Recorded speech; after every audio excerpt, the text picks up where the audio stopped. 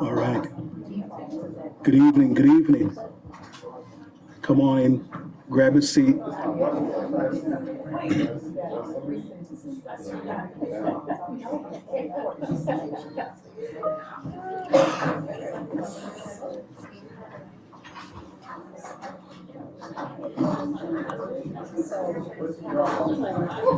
Dr. Scott, is this light gonna blind you? Because it's blinding me.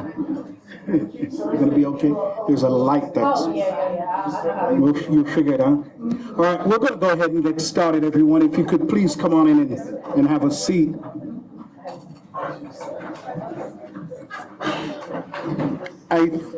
I think most of you, well, first of all, good evening, everyone. Good evening. All right, it's good to see so many people here, and I know some folks are visiting with us virtually. I think I know everyone, but for those of you who don't know me, I'm Terry Lindsay. I'm the Vice President for Student Affairs here at Albany State University. But before I get started, I want to take a moment to just give some thanks, because this program would not be possible without the hands of lots of folks kind of pulling together to make it possible. So first, let me thank Ms. Bradley and the Residence Life team who pitched in to help her. We saw that this was a major concern here at Albany State University, and I reached out to Ms. Bradley and some other folks, and folks came together and made it happen. So thank you, Ms. Bradley, and thank you for those who assisted her. Is Dr. Calder here? I also want to say a special thanks to Dr. Calder from the Education Department.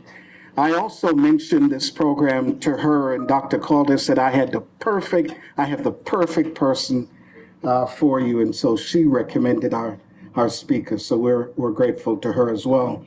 Finally, I want to thank you for being here, and I want to thank those of you that are visiting with us virtually. Thank you for joining us for this important discussion and dialogue. So many of you are aware that cyberbullying is a growing problem on college and university campuses. And the other day, I was visiting with a high school student, and I've learned that it's also a growing problem in our K through 12 system. I was reading an article, and I saw that a recent study from the Journal of College Student Psychotherapy concluded that, and I quote, "Victims of cyberbullying are twice as likely to engage in self-destructive behavior or have suicidal thoughts, and that cyberbullying can be more relentless, crueler, and more damaging than face-to-face bullying."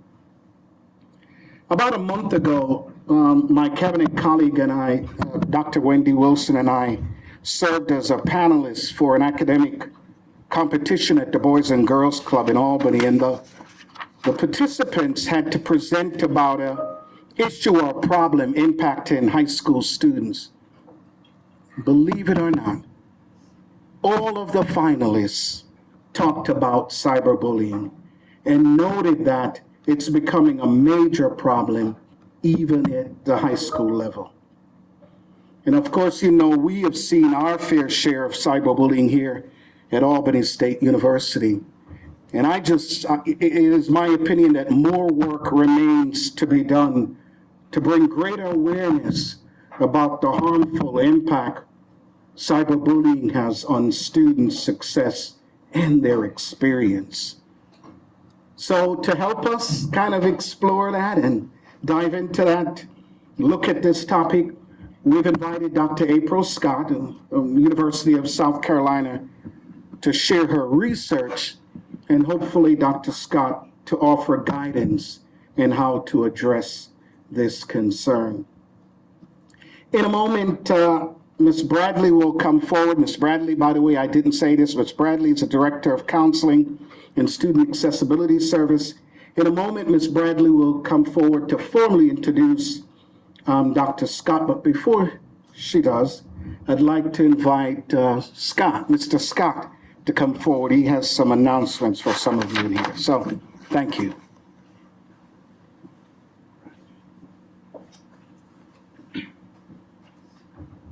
Good evening, everybody. So for those of you who don't know me, I am Dontavius Scott, and I serve in the Office of Student Engagement as the Organizational Leadership Consultant. And we in the Office of Student Engagement really thank Dr. Bradley as well as Dr. Lindsay for giving us the opportunity to incorporate this session into our development training for all of our registered student organizations for the month of March. So for those of you who are here representing your various organizations, whether as e-board members or general members or advisors, you will notice that there are 2 QR codes going around. One is required of everyone to sign in, which Ms. Bradley is kindly asking that you do so. And the other you will notice says March Stop Session. If you are here representing an organization, please make sure you sign into that so that you can receive credit for attending this. And if you are joining us virtually, you will notice that Ms. McKinney has also included the link within the virtual chat for you all to do so. So I just want to make sure everyone knows of the various QR codes going around. And once again, I want to thank you all on behalf of the Office of Student Engagement for allowing us to be here today.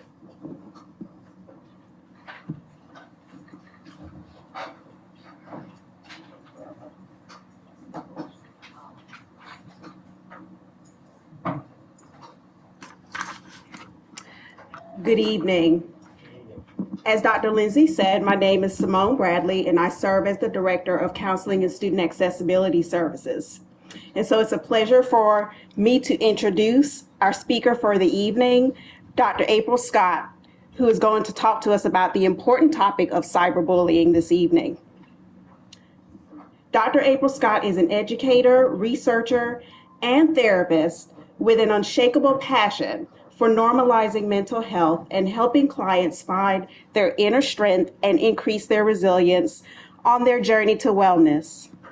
She earned her Bachelor of Science in Psychology from Tuskegee University, a Master of Science in Clinical Psychology from Barry University, and a PhD in Counseling Psychology from Auburn University. Dr. Scott currently serves as the Associate Director of Mental Health Initiatives at the University of South Carolina.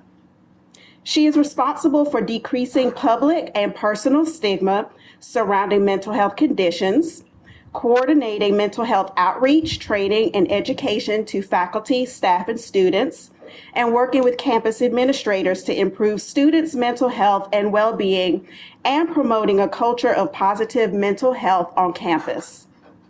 Dr. Scott's research interests include resilience, grief and loss, Black women's body image, the intersection of media and mental health, and diversity and equity in organizational settings. Dr. Scott is passionate about normalizing conversations about mental health and making treatment accessible, especially for communities of color.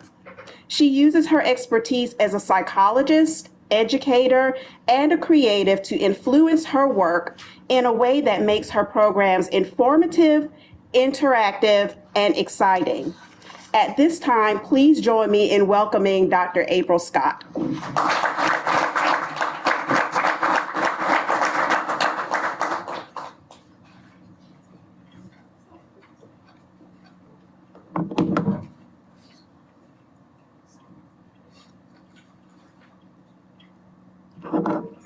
All right, can y'all hear me okay?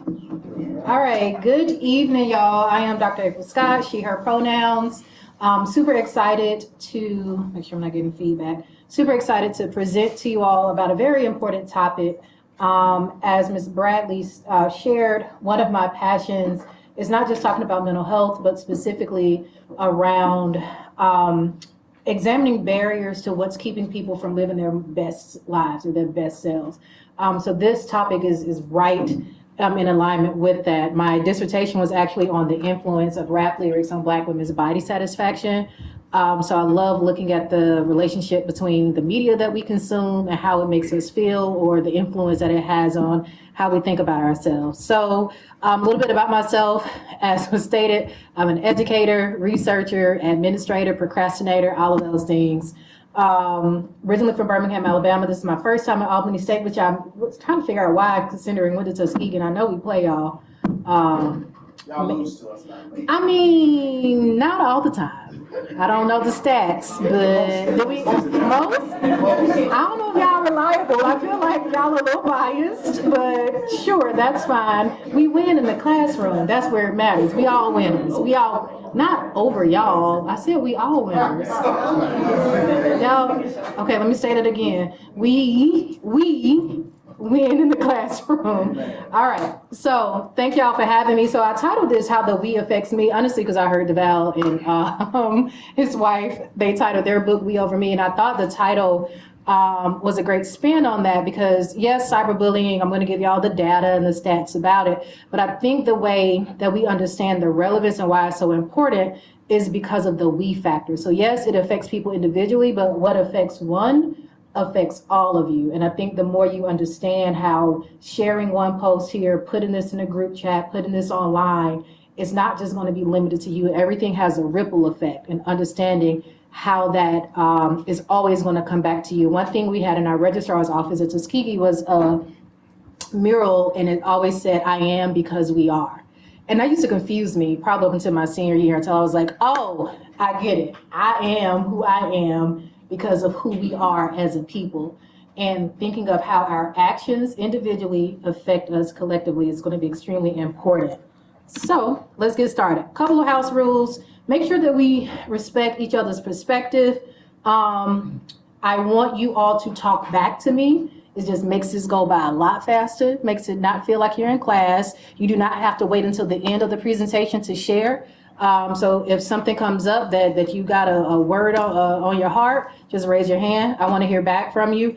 Also, just respect each other's perspective. You don't have to agree with something for it to be real for another person. Limit your cell phone use. I will ask you to look up some things and to pull out your cell phone at certain times. But just try to limit. I understand if something important comes up. If you need to make a call, just step out if you need to answer, but just try to limit as much as possible. Ask questions and take a risk. What do you think I mean by point 4? Take a risk. Oh, I thought I saw a hand. Maybe not. Yes. Yep. Don't be afraid to ask. Don't be afraid to say what's on your mind, and take a risk to be open and honest. Now, it's quite a few people in here, and because we are talking about a somewhat sensitive topic, I understand a little bit of a reluctance to share, but I want to ask you all to uphold the principle of privacy. Any psych or social work majors in here? Pre-health, health? Okay, so you all know about confidentiality, right? Confidentiality, that's illegal. That's something that is illegal. It's an ethical term, but it's also legally binding. So confidentiality depends on what field you're in, meaning you cannot say you can't share what someone has shared with you, because you could lose your license. You could be brought up on charges before your board. Privacy is a little bit different. Privacy is not protected, it's just expected and hoped for. So what I would like to offer, to ask of you all, is we can share the principle of privacy, meaning if someone shares something in here, let's just keep it within this room.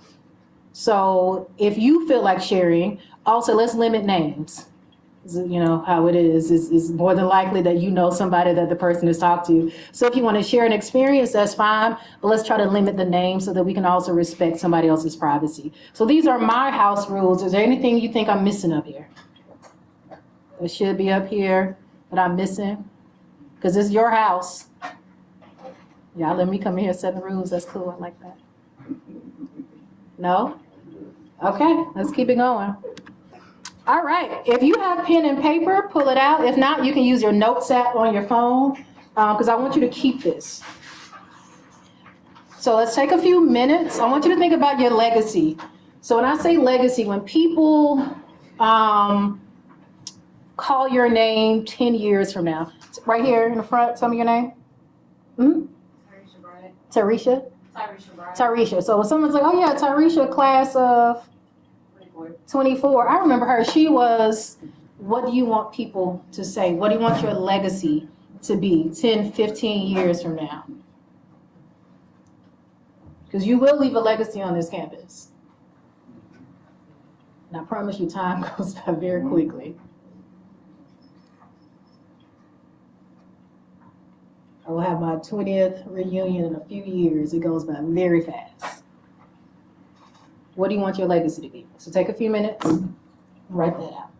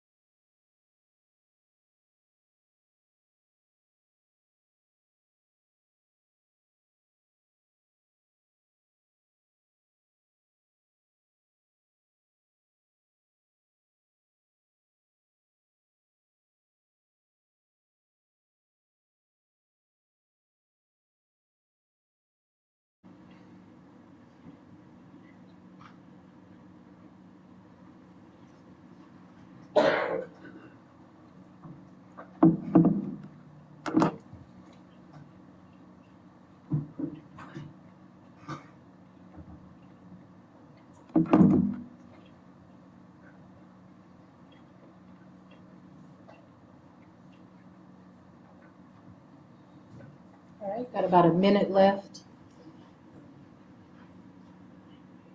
If you need more time, just say hold up.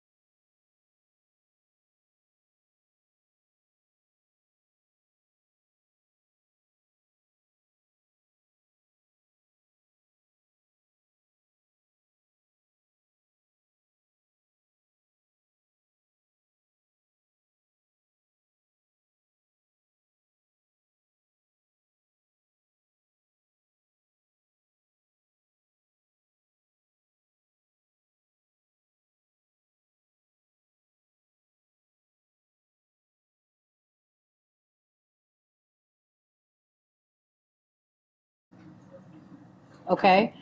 Who would like to share? All right, tell me your name. Jasmine, Jasmine, what's your major? respiratory therapy. Oh, ooh, you about to make some money. That is good. I mean, don't do it for the money, but but it helps. Okay, go ahead, Jasmine. I said I want my legacy at ASU to be, of course, academic excellence and also being encouraging to my peers and rooting for their success. Good. Because, like, everybody has their own lives and everybody goes through things and college is not easy at all. So, yeah. Okay, I like that. Like that community aspect there. Okay, someone else. What do you want your legacy to be?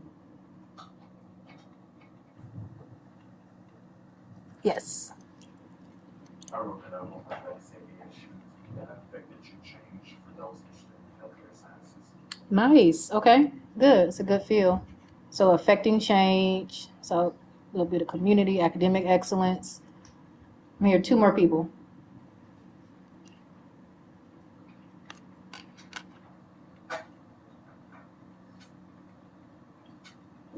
Y'all are shy. Yes. Kind of like my legacy to be that I will say servant leader. Servant leader. That's good. It's important. Okay. One more person. Well, I don't know if the hesitation is you don't want to share. Was this hard for you to think about your legacy? Did it feel premature? Okay. All right. So let's hear from one more person. What do you want your legacy?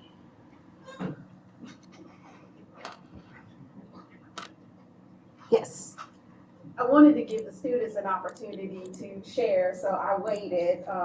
But I want to be known as a disruptor of mental health stigma. Yes. And so wellness is important to us all. Mm-hmm. It's important to students. If they're not holistically well, it's difficult or challenging to be as academically successful as you would like to be. And so when we talk about holistic well-being, we know that there is stigma tied Absolutely. to the emotional component or Yep. mental health. And I'd like to be known as someone who was a champion and worked collaboratively with our campus community, faculty, staff, and students to be a disruptor and to break some of those barriers as it relates to stigma within our community. I like that, I like the disruptor. That's good. Okay. All right. So we're going to come back to that. Hold on to that. So hopefully you have that in your notes section, because we're going to come back to see how current behaviors may be either impacting or improving or harming the legacy that you want to leave behind. All right. I lost the presentation's gone black.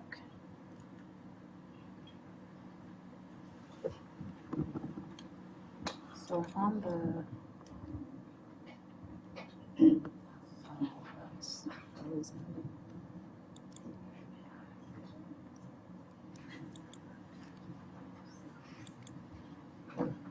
got it.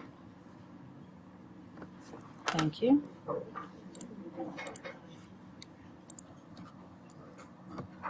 All right, so now you can pull out your phone, you can scan this QR code or go to polab.com.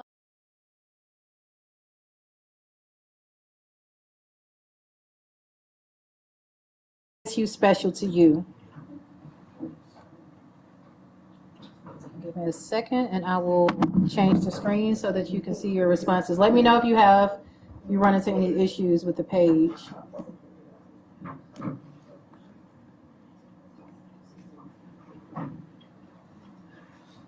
And it can be anonymous. You don't have to put your name if you don't want to.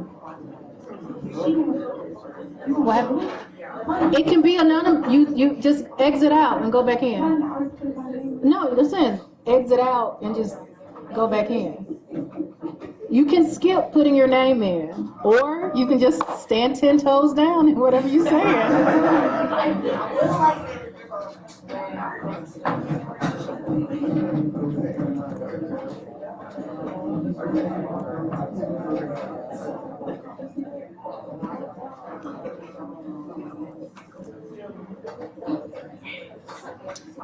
All right, let's see what y'all are saying.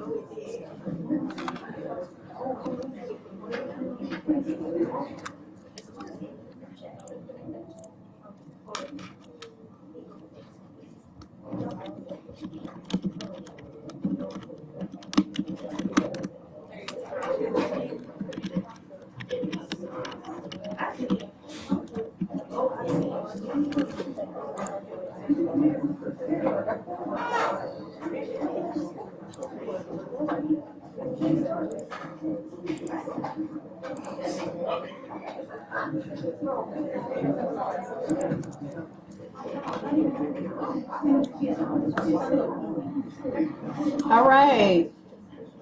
So I'm sure you're familiar with the word cloud. The larger the word, the larger the size. It means that's how many people have said the same thing. So a lot of culture and community, history, alumni, pride, volleyball, okay. Is that the dance team? I'm assuming that's what that is. Memories, family-oriented, kind, pride, opportunities, okay. Unsinkable, that's a good one. All right, so culture and community and history, okay, this is important. Okay, anyone want to, when you say community, what do you mean by that? What is special about the ASU community? Yeah.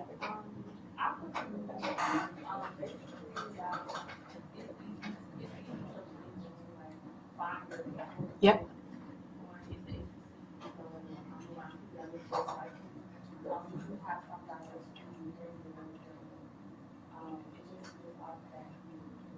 Okay, so you know, you feel like you're the majority here, people look like you can be yourself, okay? Anyone else who put community? Why? What is special about the ASU community? Oh, I thought you, well, just, you can share anyway. Community, so I picked up what she says, like, you can go to the cap, you can just sit next to anybody. Yes. You just have a conversation, you just sit in the cap for a long time. Yep. No, keep going. Don't let anybody silence you. Keep going. Like, you know, you outside, you just feel, it's like home. Yes. Yes. Home, community, connection. And then what I'm also hearing in it is safety. as someone who teaches at a predominantly white institution, I hope you don't take that for granted. The fact that you can just go into the cafeteria and sit wherever you want, sit with whomever, and you'll find someone similarly like-minded, you feel safe. That is huge. So, because you can't really have a community that's special to you if that community doesn't feel safe. So that's going to be important. How do we maintain safety in this community, especially if this is something a lot of you all value? And then also culture. What's the culture of ASU? Yes. Alright, so the culture is most definitely like, just day-to-day stuff that we consider, just a part of ASU. Like, you have your What's Up Wednesday, you got your day party. Wait, what's up Wednesday? Chicken and macaroni and cheese. I came on the wrong day. Oh. Okay, I'm sorry. I didn't. Okay, I mean educate me. Okay, What's Up Wednesday is very important. Okay, continue.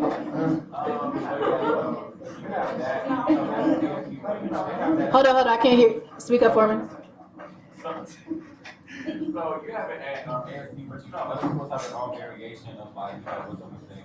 But here it's different, you know what I'm saying? Like you got your people. Yeah. And then on top of that, like I was saying, you got your day parties, that's where everybody comes together, you have a good time, we eat and Okay. drink and Okay. Because everybody's 21 and up. Okay. Okay. Just gonna go with that. Okay. Yeah. Okay. each other, people that might be, freshman year or, whatever the case may Yeah. be. That's nice. So what you're speaking about too is family. There's a familial theme or thread in actually everything that you're saying. So this is important because if we're family, and we know every family, we all have our stuff, but the families that we want to leave behind as a legacy are ones that feel safe, ones that are healthy, ones that are functional, ones with good conflict resolution. So we got to figure out what are the things that are getting in the way of that and how can we do better? How can we disrupt? I want to use that word again. Okay, do you all see a second question on there? Is it letting you advance to a second question? No? What about this one? Do you see this?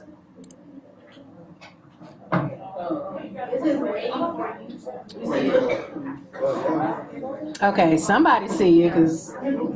All right, question. Do you feel like you belong here?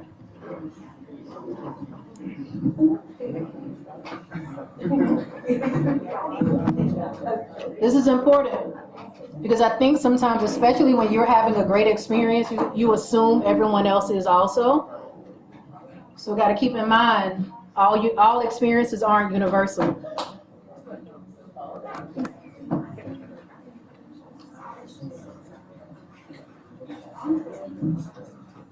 All right, so we got about 32%, sometimes 6% no, still strong on the yes.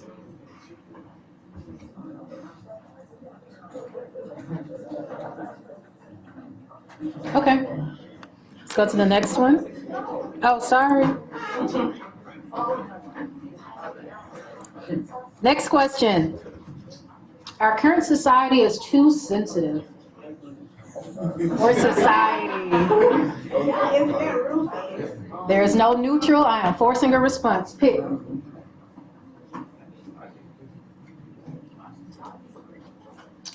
Ooh. I'll give a little bit more time on this one because we're going to come back to this a lot. I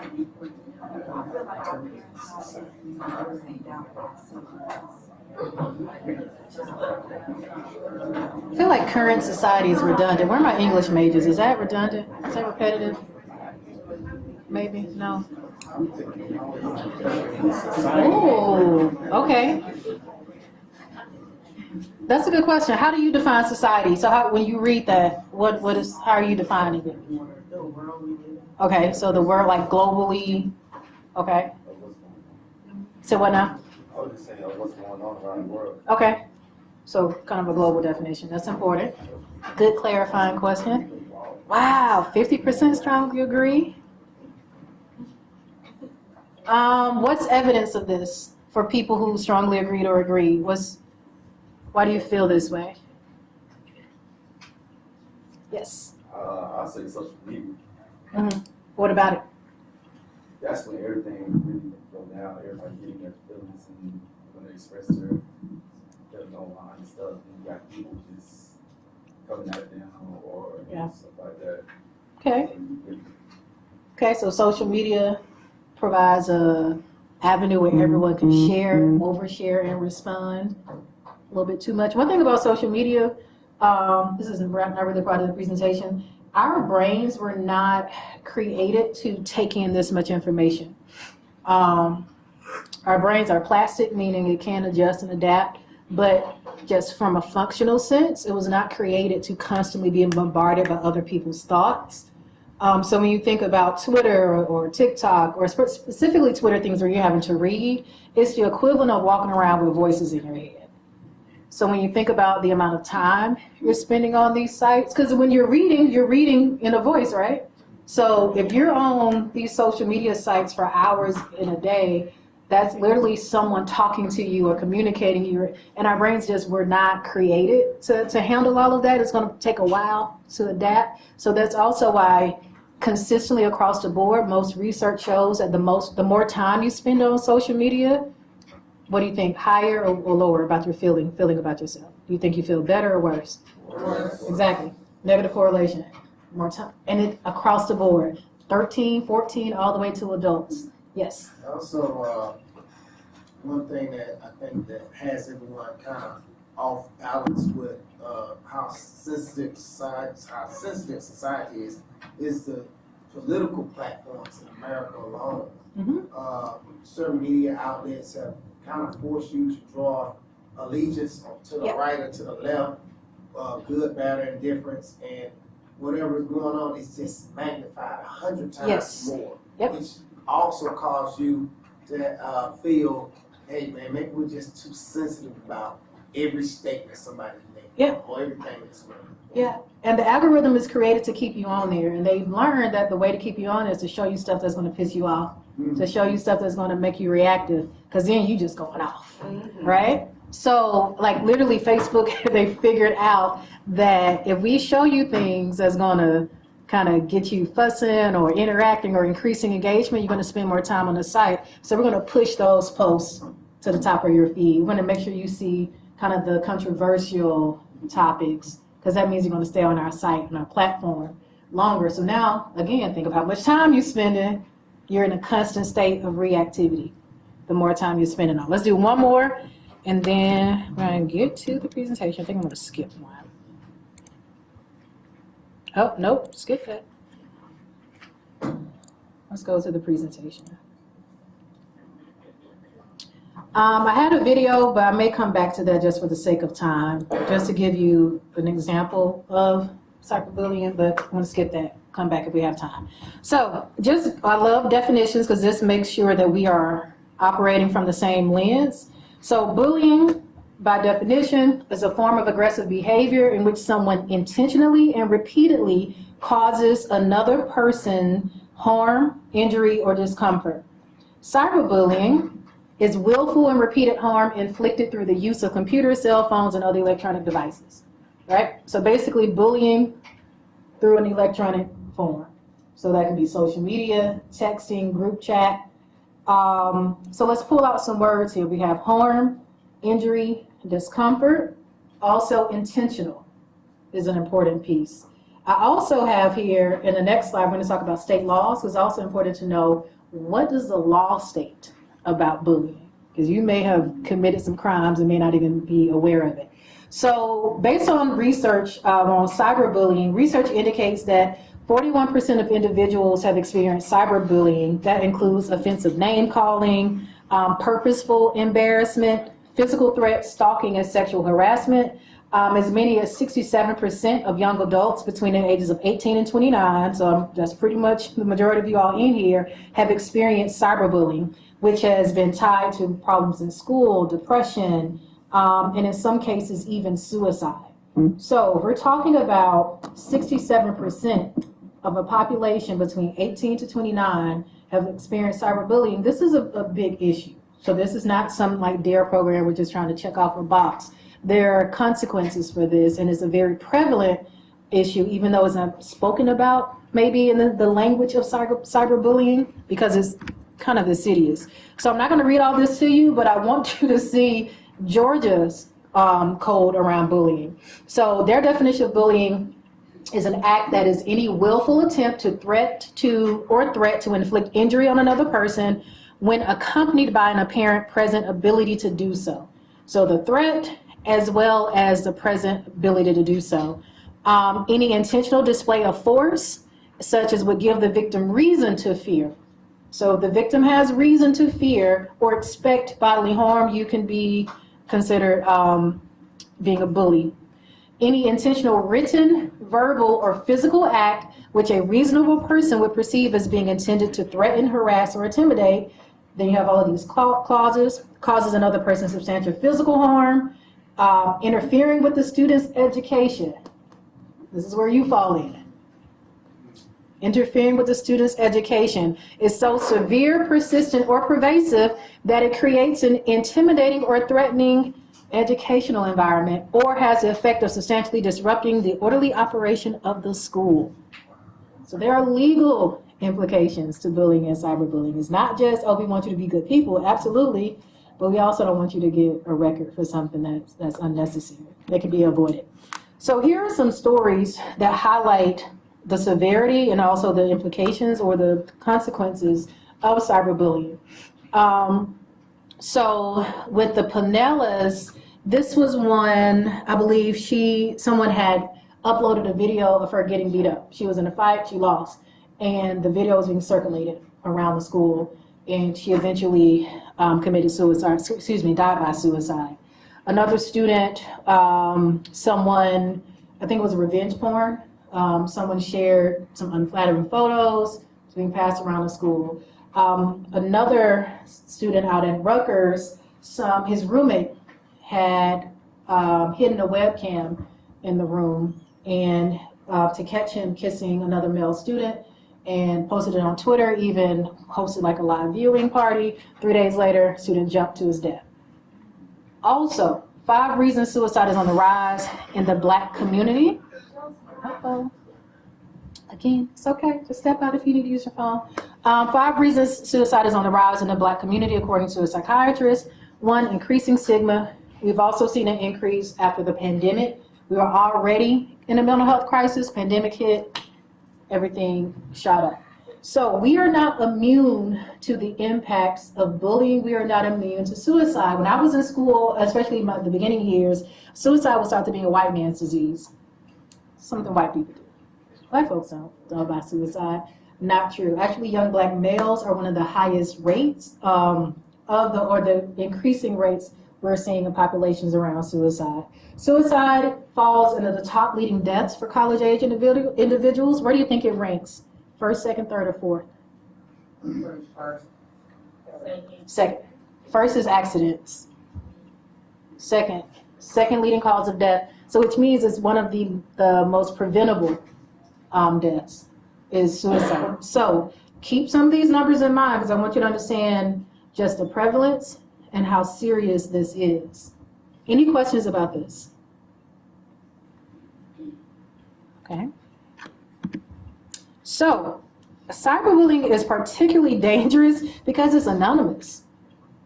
People can get away with being way more aggressive, just rude, in a way that they wouldn't be if you were face-to-face. One, because there's consequences sometimes if you're face-to-face that you don't really experience online.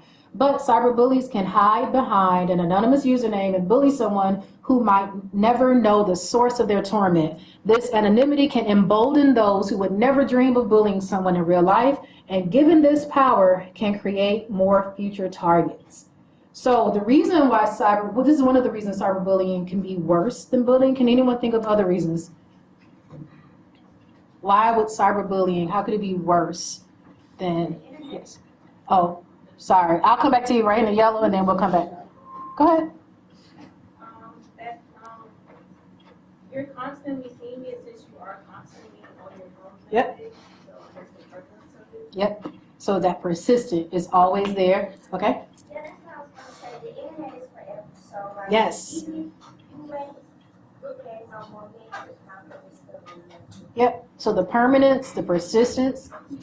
And it influenced others to become cowards that way. Yes, yes, so you have what I call pile-on behavior, where I don't know if y'all are on Twitter, I don't know if that's still a thing for y'all, but there's a meme that said the goal is not to be the main subject of Twitter. Like, that's the goal. You don't want to be the main person that Twitter hops on, because what happens is you mess up, you tweet out the wrong thing, everybody is on you.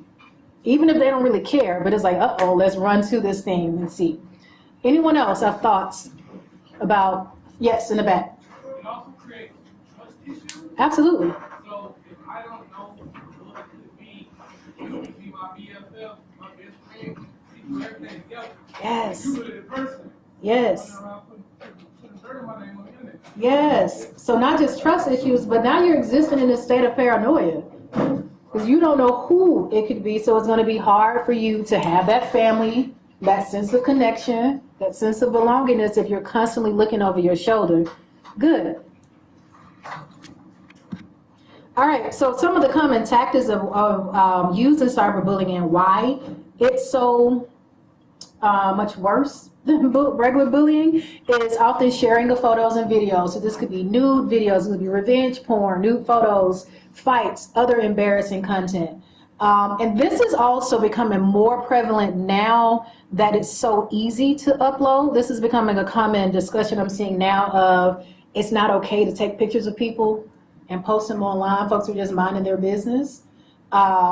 So whether that's you see somebody in an outfit that is, you just are like, why? That is not them. You take a picture of it, then you post it on Twitter. You think it's like pretty innocent. Now this person was minding their business and now they've gone viral for existing. What does that do to a person's self-esteem when their mere existence is being treated as a joke or something to be ridiculed? Lies and rumors, spreading rumors online, outing someone. Sometimes it may not even be a lie, but spreading information that you know that person would not want to be made public. Impersonation, so people pretending to be another person. So sometimes they're posting pretending to be another person, or they're pretending to be another person to get someone else to divulge information or to say something so they can say, look, y'all, this is what this person said. And then doxing. Anyone know what doxing is? So doxing is when you find someone's personal information, their address, their phone number, and you release it so that other people can harass them. Okay? Do you think there are ever instances where this is warranted? Okay, when? I don't really know if it's warranted or not, but like those people that they call like Karens on the internet, and it's like, oh, I found where they work, like y'all should call their boss and get them fired, like stuff like that. Okay, so if it's a Karen who maybe have done something racist or racially motivated, it's okay to put their personal information out I there? didn't say it was okay. I'm just saying that's like when that happens. Oh, okay. I don't know when y'all think it's okay. Oh. Yes. Speak up, say it again. If it's like a pedophile Okay. or sex crimes or anything like that, yeah. Okay. What would you out? What would you out? So if they're a pedophile. That's what it looks like. He has this tattoo. He stay here. Be aware. If you around him, know how he is. Okay. Any criminal justice majors in here? No? Kind of, sort of? Okay. Anybody going into law? Law school? Okay. I kind of want, I'm not going to say, okay, I'm going to let go because I got a follow-up to that, but it's going to go left. Okay, so how do we make the determination of when it's okay to dox, when it's okay to harass, and when it's not? Who makes that call? When you're in danger and you see yourself in danger. Okay, so when it's, You let everyone aware. okay, so if you're being stalked, report that. Or make sure you're telling the right people, especially. Because that is on the rise. Stalking is actually on the rise for adolescents. We're seeing it start earlier and earlier, 13, 14-year-old, all genders.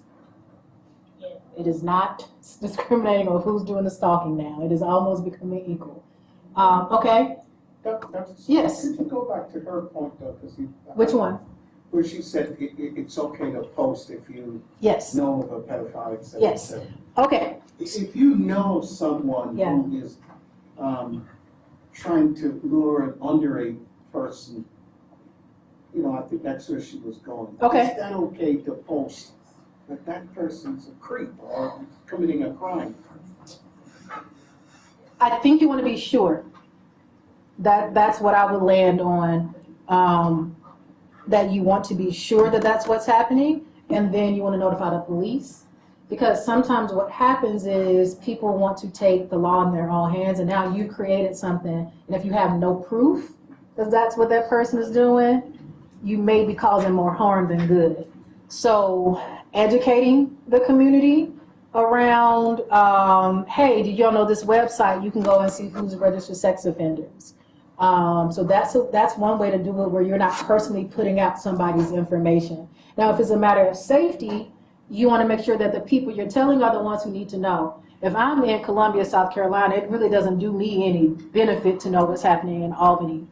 So making sure that it's at your community. And the reason why I say that is because I think we get on a slippery slope when we start determining who deserves it and who doesn't. Because what happens is everybody thinks that the person deserves it when they're doing it. So we got to be careful around it. So I think thinking about what is your intended outcome, if it's safety and protection, let's make sure that it's going to get to that end goal.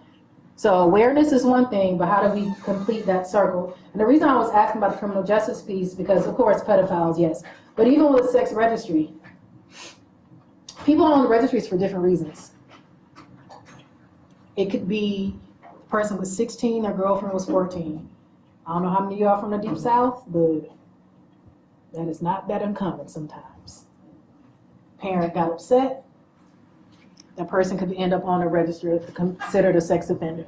So there are different reasons why people, so that's what I said, it gets real tricky when you start to become judge, jury, and executioner. But if it's a safety issue, it's a protection issue, absolutely get in touch with the right people so that you are also protecting yourself. All right? So I'm going to give you a few more numbers and then I'm going to get into some discussion. People who bully are more likely to have experienced stress and trauma in their lives, and typically they do it because of unhealthy coping skills. So why do people pick on others? Sometimes it makes them feel better about themselves. We are also seeing the rates of cyberbullying increasing more in early adulthood, which is where you are right now. A lot of students experience their first cyberbullying experience in college. So while it is happening in middle school, junior high, many people are having the first experience right here in college. 40% of undergraduates knew someone who had been cyberbullied in college. Another study found that 66% of cyberbullying occurs on social networking sites. So I like to give numbers with stuff just to kind of paint a picture so you can see where it's happening, when it's happening, and then we're going to move in to understanding who is it happening to. So pretty much anyone could be a victim of cyberbullying, but we do know there are some people who are at more risk than others. So based off of gender, gender expression, race, socioeconomic status. I want to talk about race a little bit because studies are a little bit inconsistent on whether white, blacks, and Latino youths are experiencing varying rates of cyberbullying. So it kind of depends on which study you look at is who in the lead. Socioeconomic status, political views can often be a target of cyberbullying. So as I mentioned in my bio, I graduated from Auburn, went there for grad school. I'm not sure if you saw, but it went viral that a group chat from the black students went viral for their list of creative names for white people. Did y'all see that story? So allegedly, a black student allegedly released that to like Turning Point, to the conservative media, and his picture went out immediately. Picture goes out, his name goes out. So he immediately gets targeted. Now, on one end, you can kind of say, well, I mean, you kind of like told on the black students here, you deserve it. But then on the other end, from his perspective, he feels like he gets targeted and teased because he's a conservative black Republican. So political views can often be a source for people who are cyberbullied, Physical appearance, religion, disability, as well as sexual orientation. It's a pretty long list. And sometimes just being in the wrong place having one of your lowest moments getting captured on video. This is one thing I do sympathize with your generation, because y'all post everything. Like, ooh, some stuff. I'm like, y'all, don't put that in the group chat. That does not need to go, because as someone said, the internet is forever. And you would hate to be judged by one of your kind of indiscretions. Any questions about this, around the who gets cyberbullied? All right, the why. Actually, I want to hear from you. Why do you think people bully? Yes. I would say to have more power. Have more power to do what? To really not take control, but like, basically just show them, like, you know, you can jump to something. Okay, so to feel in control. Yeah. Yeah. Control. Okay. So yes. In the back? Yes. I feel like people put these so they can feel ready. And I get people and I every one of these person they're trying to get out of it. And they're trying to do the best way possible. So every we on somebody Yeah, because they don't have anything much going on in their life. So yes. I also want to say, that, you know, people who bully really get it from what they see on TV or movies. Okay. And they think, you know, it's cool or to be one of the cool guys or cool people or have a cool group. So. Yeah. Okay, so media influence. Okay, here and then it comes to you. Yes. People think being mean is a trend. Oh my gosh, Like yes. it's like make them cooler, like he said, like popular. Yeah. So they just hop on the wave. Okay, so your hand, I'm coming to you. Yeah. Yeah, it's like young lady just said, like it's kind of easy, not speaking as a bully, but just like we talk about cyberbullying, it's right there at your finger. And you can say what you want to say, and you ain't even never catch me. Ever. And also, let's be honest, if you've been online long enough, you have probably engaged in at least cyber aggression. Maybe not, because it's easy. It's easy to get a tweet off. So easy. Yes. Or because people probably do it because they were bullied, Yep. and now they perpetuate that same Yep. conduct that was, you know, leashed on them. Yep, absolutely. So I would say that not only that it's all of those things, but I would also say it's their environment. Yep. What is influencing them, whether it's household, whether it's school, Yes. whether it's also just not being knowledgeable either, so not being self-aware. But Yeah. There is often a lack of awareness among bullies, of not even not categorizing their behavior as bullying. They don't see it as that. So absolutely, y'all are on top of it. Desire for power, as you said, revenge. Someone did something or said something. There are whole TikTok accounts dedicated to Karens. Oh, we're gonna find out where you work, where you live. We're gonna show up, and we're gonna have a protest. Oh, you don't want a taco truck? Guess what? We better have a whole mariachi band outside your house. Like that legit happens. Low self-esteem. Someone commented that. Is there anyone saying it in the chat? I want to make sure I'm not missing anything from this. Let me know if I need to respond to the chat. Low self-esteem. So there's this thing called the social comparison theory, which dictates that we base our esteem, how we view ourselves, in comparison to others. We can engage in upward comparison or downward. Upward, we look at somebody else, somebody who's maybe in a better standing than us, and typically makes us feel worse. But if we look at somebody who's doing worse, we tend to feel better. How many of y'all like watching train wrecks on reality TV? Not literal train wrecks. Sorry, maybe language wrong. Y'all don't use that term? Like a person is a train wreck? Really? Drama. Okay, drama. Yes. Reality TV. Yes. So some people say they like watching like these hot mess shows where people are just doing, because they're like, you know what, my life is bad, but at least I'm not that bad. So I think that's a way sometimes where bullying, cyberbullying comes into place, is they need to feel better about themselves of putting someone else down. Unresolved trauma, the anonymity piece, again, no one will know. They won't find you. Well, maybe. Groupthink, doing it just because somebody else is doing it, not thinking about the consequence of the impact. Increase social media use. The more you use it, the more likely you are to be a victim or a perpetrator of it. Also, exposure to violence. Someone said the environment. And it's a means to get what they want. Sometimes it works out. Sometimes they're able to manipulate people. So now we know the who, the what. Let's talk about the impact. So the reason why this workshop is important because these behaviors do not exist in a vacuum. There is a consequence to cyberbullying. And I don't want you to get too caught up on the label because I think sometimes we don't want to attach negative labels to ourselves, so then we'll separate ourselves from the actual behavior. When it's like, no, you might be engaging in the behavior. So don't even worry about the title. Think about your own actions and what are the impacts. So whether you're sharing something, whether you did not intervene, whether you were the person laughing or you laugh reacted, what's the impact of that? Low self-esteem. So consequences of low self-esteem could be depression, anxiety, less likely to go out for opportunities because you don't believe in yourself, you become more self-critical, poor academic performance. Notice that Georgia statute, it had, if it's impacting someone's school performance, because we know it does. Loneliness. Loneliness is becoming one of the top indicators of someone considering suicide. Used to be hopelessness, now it's loneliness. So one thing we do know with research is you all are the most connected generation we've seen, but you're also the loneliest. How does that happen at the same time? How are you all the most socially connected generation, but also the loneliest generation? Yes. Say more about that. So I know that we're definitely connected, but I also think that we're like not doing equal or not seeing that we're all in one.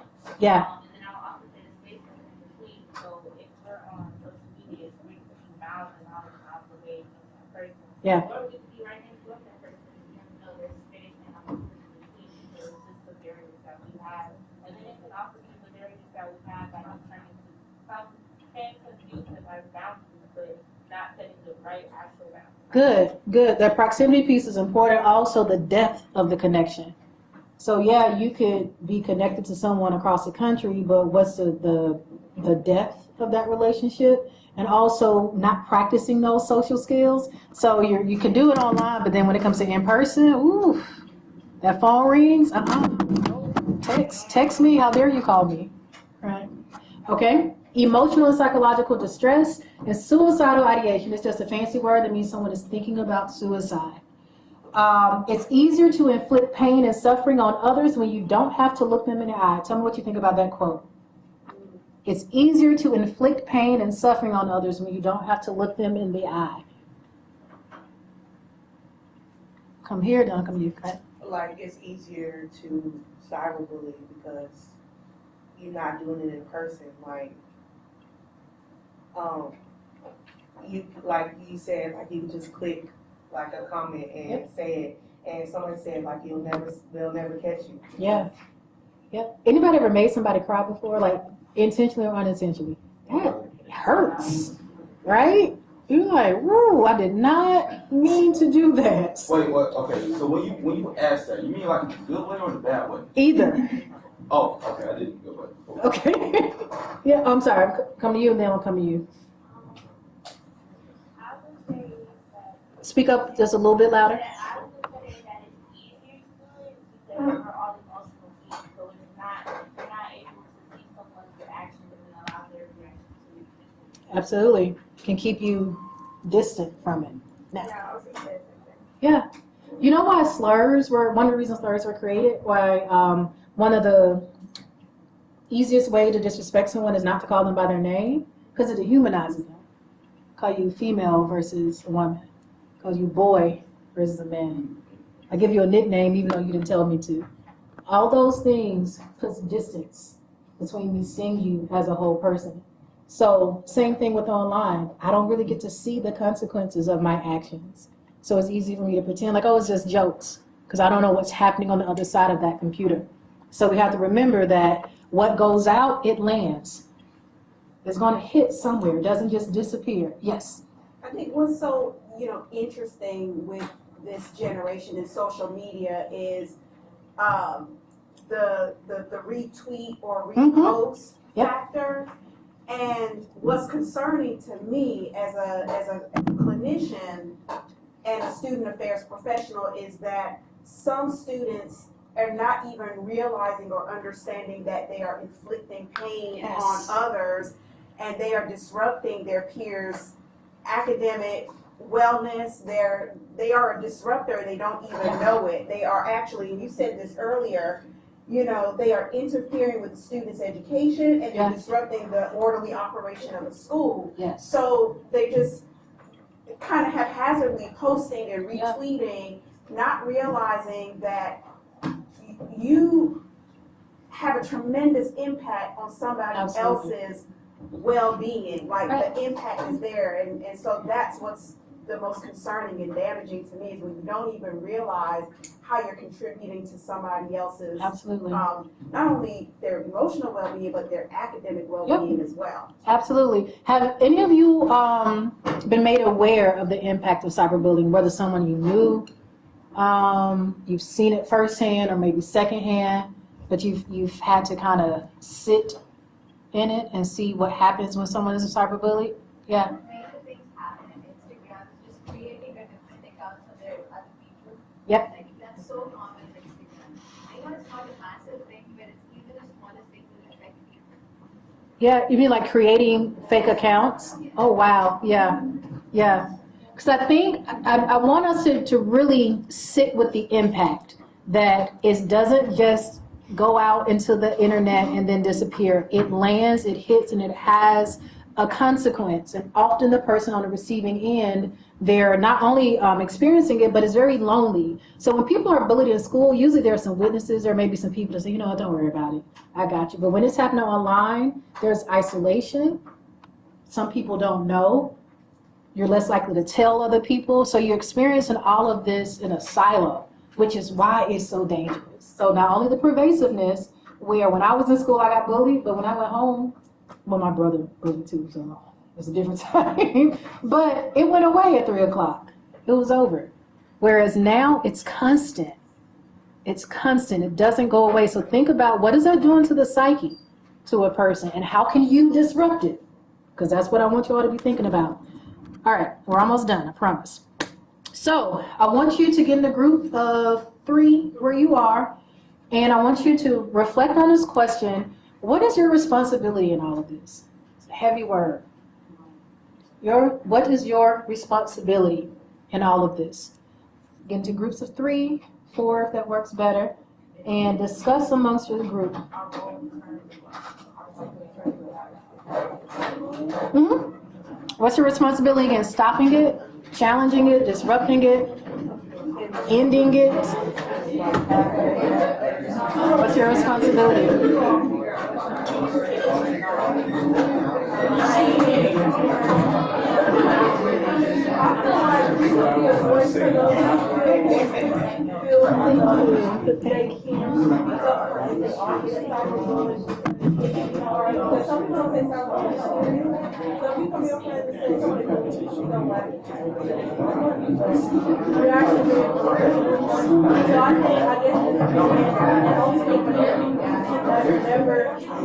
Just listen. The word bullying, I guess. Yeah, there's some sort of and also being empathetic about it. Because I feel as though when you show your emotions to one person, then they'll be free to open about it. And maybe you could help them, but I feel like you can't help somebody by yourself. It takes more than just being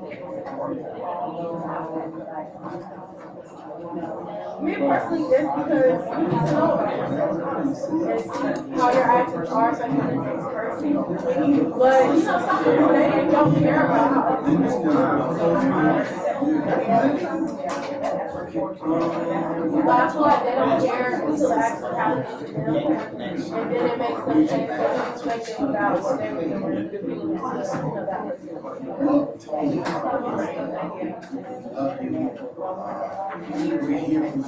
All right, does anybody want to share out from their group? I promise y'all give me like 7 minutes and I'm gonna get y'all out of here. 7.5. In the back.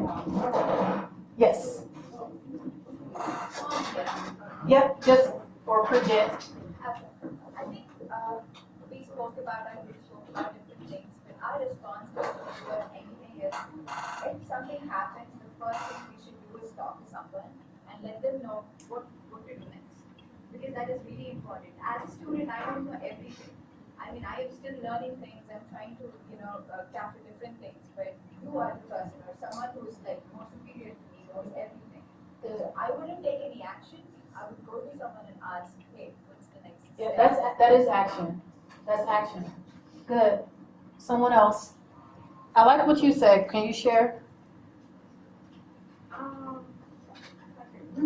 about the culture? Oh yes. Within our communities, we can just try to make sure that we don't continue to support the culture that supports cyberbullying within itself.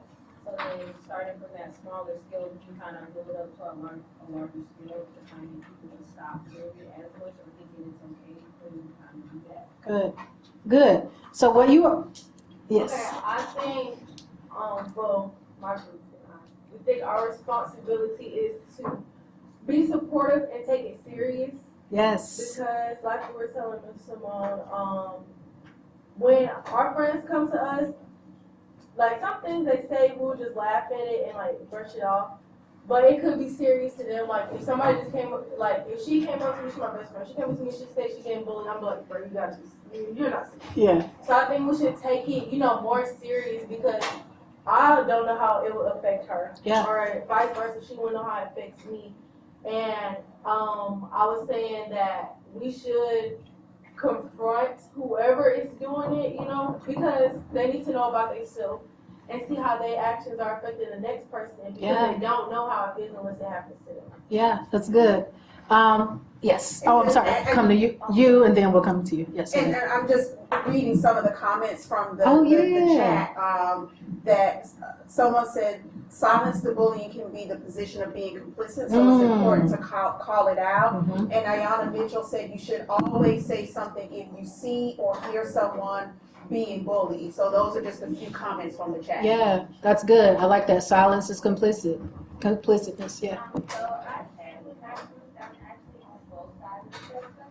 I said that you're fair enough to speak out, but being the one that's not scared to actually make a difference and change. And I also said, how would you know what your responsibility is if you haven't been in that situation or even educated on that situation? I'm on both sides. Okay, so quick answer to that. If you've ever had your feelings hurt, you've been in that situation.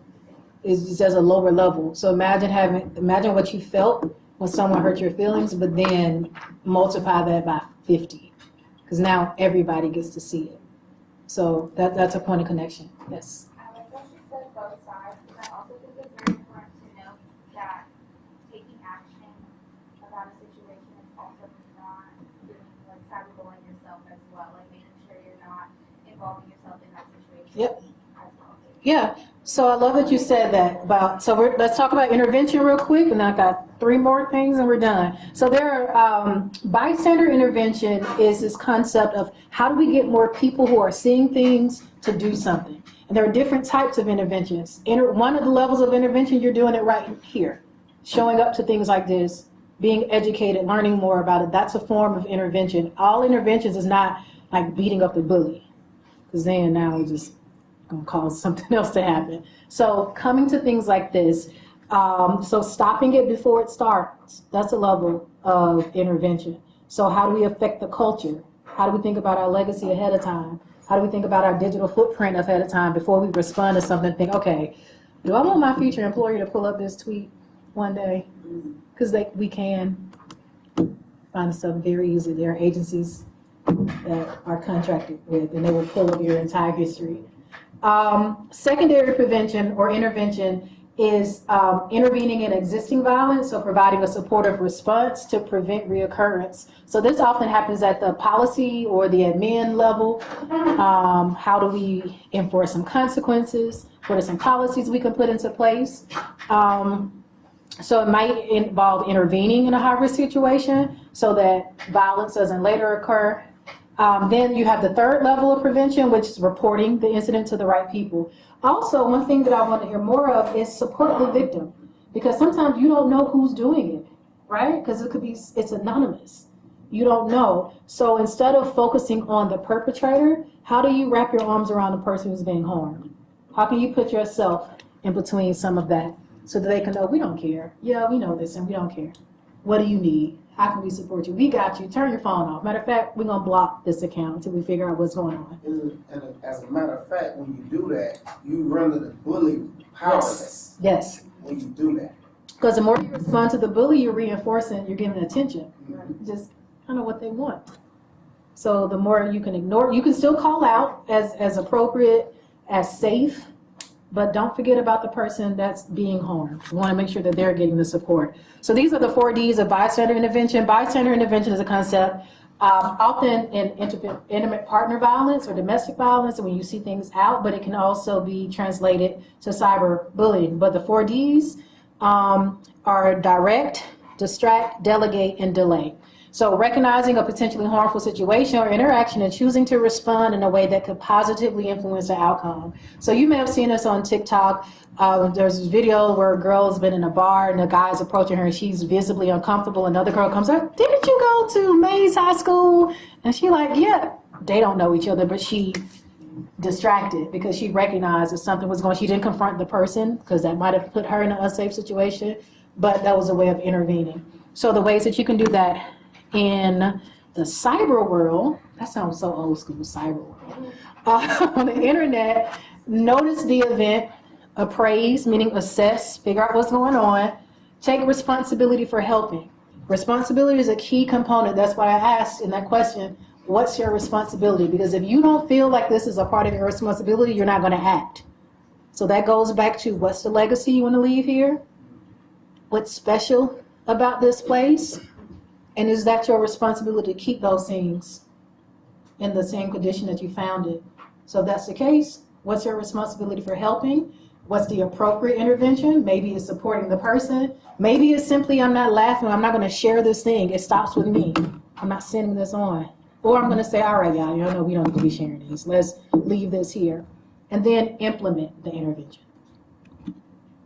There are 3 people involved in the intervention that you can respond to: the bully, the victim, or the bystander. There are different acts at each level.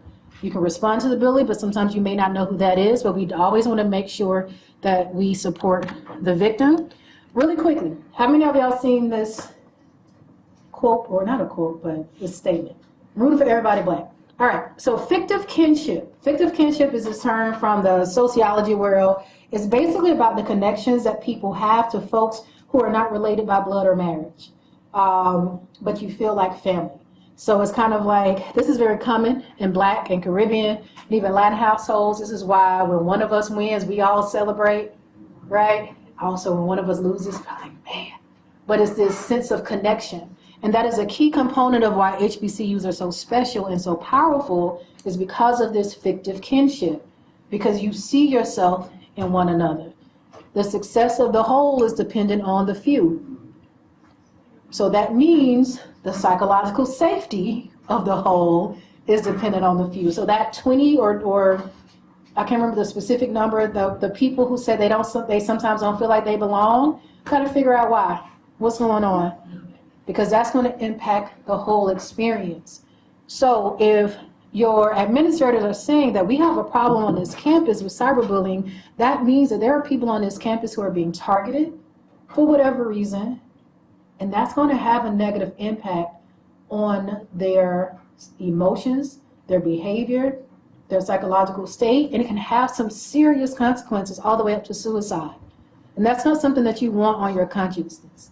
You don't want to feel like you played a role in someone not wanting to be alive anymore.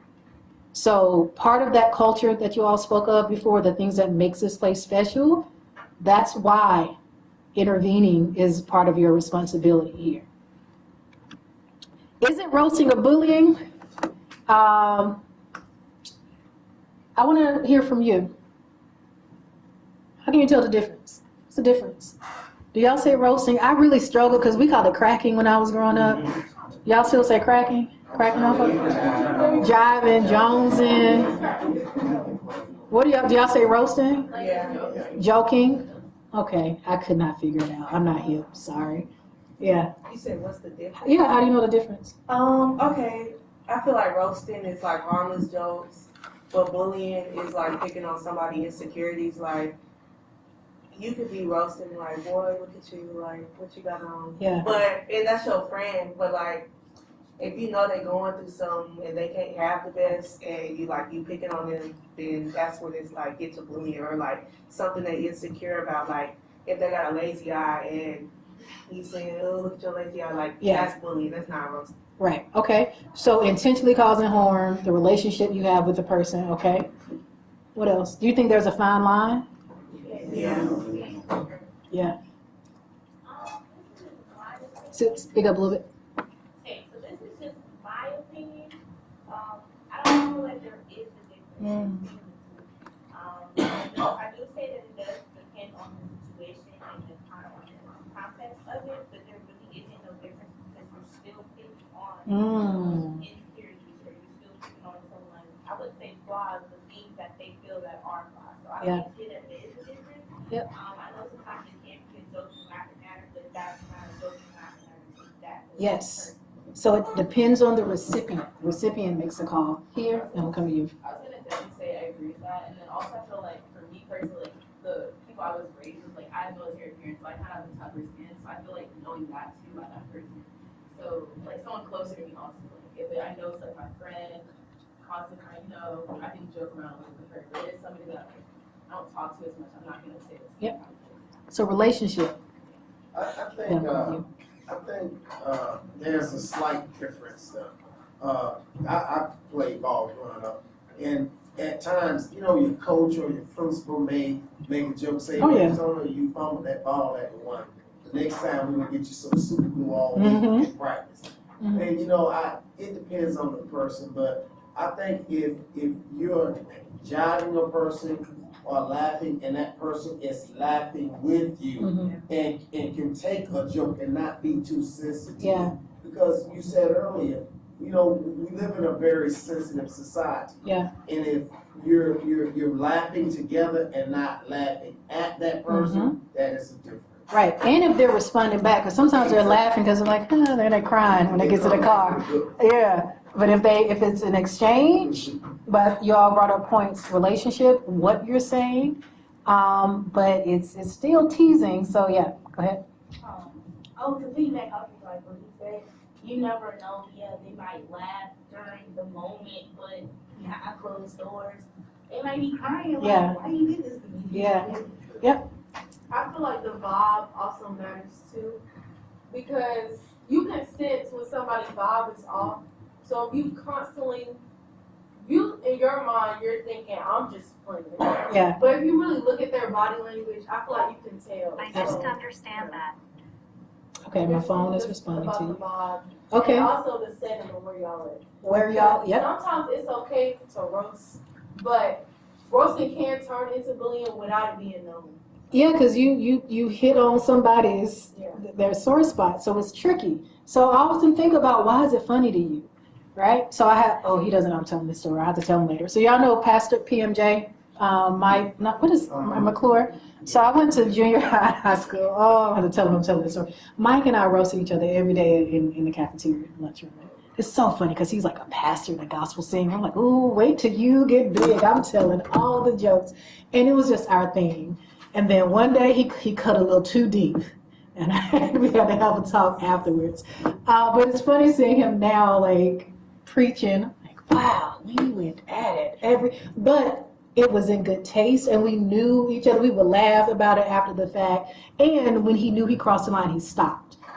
So I think that's another way of knowing. So you may not intentionally try to offend, but when you realize that you stepped on someone's toes, can you go, okay, my bad, instead of, man, quit playing, stop being so sensitive. Nope, own it. You crossed the line and just acknowledge it.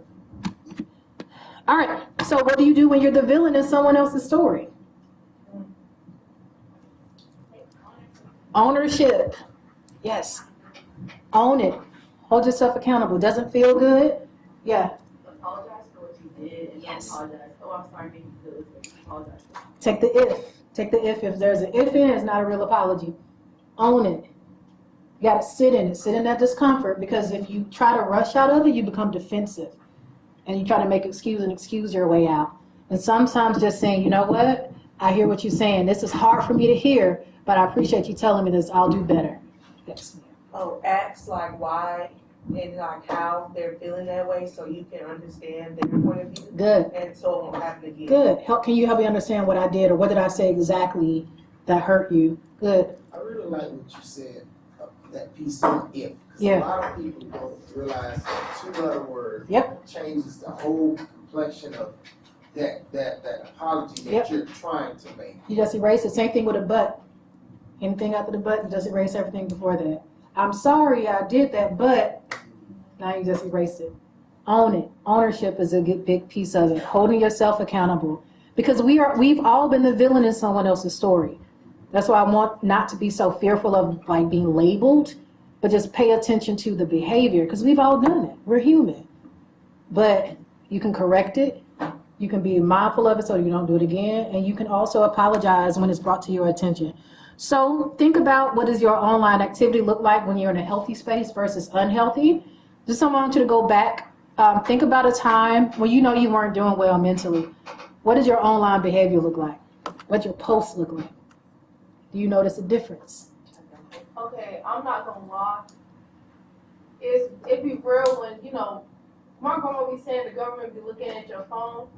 Every time I go through a situation. May I have your attention, please? The library will be closing at 9 p.m. Circulation and printing will stop in 15 minutes at 8:45. All reserved books and study room keys should be returned to the circulation desk at that time. Please complete any computer tests or quizzes that are in progress. If you require more time, you may visit the computer lab in room 108 of the library. I repeat, the library will be closing at 9 p.m. Circulation and printing will stop in 15 minutes at 8:45. All reserved books and study room keys should be returned to the circulation desk at that time.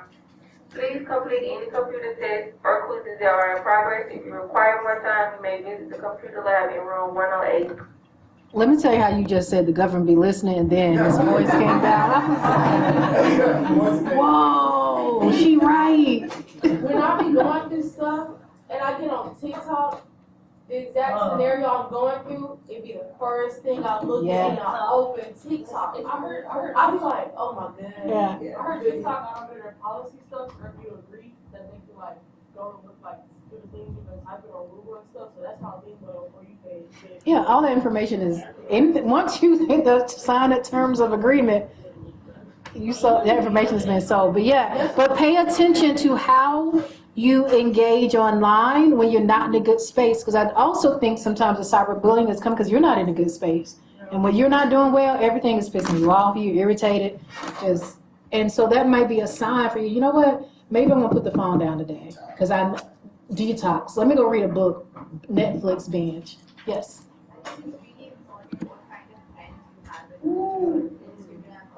Oh, yeah. Because you just accept random people. Yeah. You expect them not to talk bad about it. I'm sorry, you did that. Yeah. Yeah, cleanse your timeline. The thing I found myself one time fussing about like what was on my timeline. I was like, April, but you on here. It's your page. Block them or unfollow. So it's like or get off. So remind yourself you can take breaks. So in summary, remember we do not exist in a vacuum. What we do impacts another person. If you've ever had a bad day and somebody gave you a compliment or said a word of encouragement that completely turned your day around, think about that. You have the power to sometimes make or break somebody's day by what you say and what you do. So stop when you feel yourself. This is a concept from DBT therapy. When you're feeling strong emotions, so use the stop method. So you stop, take a step back, observe what's going on, observe what you're feeling, and then proceed. So this is how you move away from reacting and responding. Reaction is immediate, respond is more thoughtful, and you're making a choice. The internet is forever. So you want to be mindful of what you're putting out there. Remember your legacy, what you put down at the beginning. Remember that. And how are you working towards that each day that you're here? And just know that you are more than your worst moments. You're not defined by the worst things you've done in life, whether that's on the internet, in person, whatever. So if you made a mistake, if you engaged in this, if you sat behind quietly while it was done, that's fine. You always have the chance to get it right and to do better. And the same thing when we see people at their worst moments. Let's not try to celebrate and broadcast when people at their worst moments. Again, I thank God social media was not around in undergrad because, my fashion, Tripping all over. We had these bricks on campus. And you know, HBC, you got to be cute in heels. The amount of falls that happen on a daily basis. Thank God there was no such thing. But anyway, just know you are more than your worst moments. Questions, and this is where you can submit them anonymously, but we've been talking. Questions or comments? Yes. Okay, so referring back to the stop method, how can we observe our feelings? Because I know it's sometimes where I'm feeling some type of way, but I don't know exactly how I'm feeling. I don't know how to express how I'm feeling. You got your phone out? Go to this website called feelingswheel.com. Let's see if I can pull it up.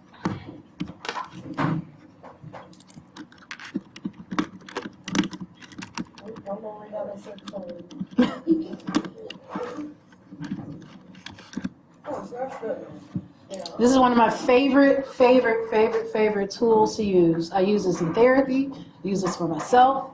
So if you don't know what you're feeling, pull this up and try to identify it. It's much easier when you can name it. Humans in general, especially if you were raised in the United States, do not do a good well of identifying emotions. Oftentimes when I work with people and I ask them what they're feeling, they always tell me a thought. Tell me what they're thinking. I have to go like, nope, that's a thought. Tell me how you feel. Because we gotta do a better job of just emotional learning and emotional intelligence. So start with naming what you feel. Can you find a name for it? The observation also, what is your body doing? When did it start? Your heart's racing. Why am I so upset about this? What's bothering me about this thing? So you have that surface level, what you're responding to, and then there's something deeper. And that's what you're observing. You're observing the emotional piece. What is your body telling you? Why do you think it's happening? And then what do you want to do about it? Do you need to respond right away? I do this with emails all the time. This probably has saved my job so many times. When I get an email and I'm ready to fire back off, nope. Let's wait. Let's think this through. Sleep on it. Good question. Anyone else? Yes. I need to bring you back in August. Yes. For our freshman class. Oh, yeah. I love the first year. At the beginning of the year, so. Absolutely. You'll be hearing from me. Thank you.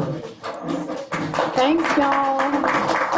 So, I have a QR code here. If you don't mind scanning, this just helps me with feedback. Oh, just noticed the formatting is off. Anyway, you can scan this QR code. I want to leave you with a quote from Maya Angelou. I've learned that people will forget what you said, people forget what you did, but people will never forget how you made them feel.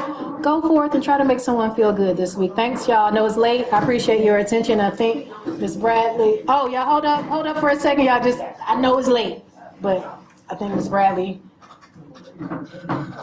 may have a word for y'all. Just 2 more minutes.